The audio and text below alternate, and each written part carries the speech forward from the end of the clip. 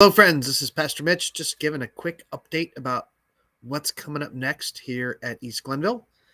So, once upon a time, a king married a beautiful and energetic princess from Phoenicia.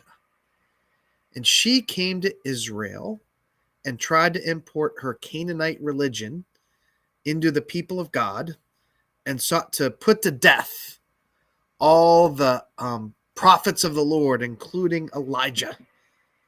Elijah was an 8th century prophet in Israel, and we're going to look at his story. He was one of the most interesting of all the prophets, did some amazing things, and of course faced both King Ahab and Queen Jezebel, who were trying to make major social changes and even have him put to death. And so there are things we can learn from his story. And so I want to talk about why look at Elijah. And we're going to spend about 9 or 10 weeks, all the way through July, looking at this prophet. So, first of all, he operated at a key moment in the history of Israel, and so understanding him helps us understand the story that God is doing with this people. Israel were in a covenant relationship with God, and Elijah, the prophet, was calling them to stay true, calling the people to stay true to the Lord and not begin false worship with the worshiping Baal as Jezebel was sought to have them do. And so as we understand what Elijah, the battles he was facing, I think it gives us ideas of what God is up to and how God holds on to his people even through these tumultuous times. The second reason I think the state is Elijah, he did amazing acts of power. He was the greatest of the miracle working prophets, and he set the pattern for what a prophet would be like in standing against the authority of the king.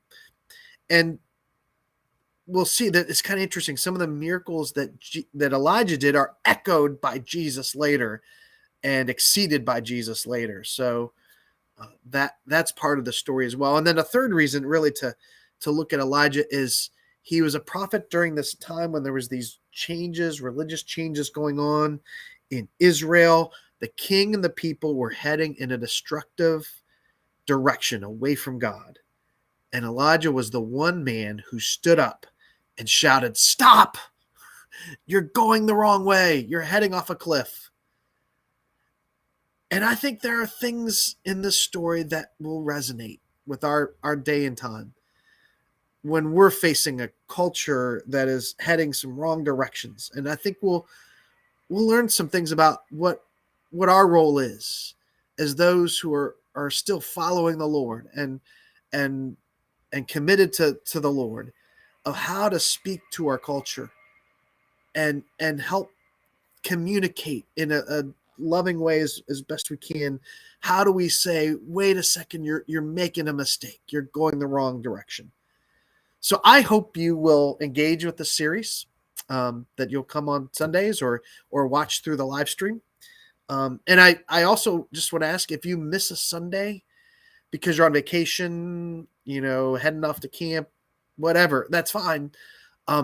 Just would encourage you to try to make up and hear that message later on YouTube or Spotify or whatever, just because there's a story that's going on that I think it will be helpful to follow it week after week.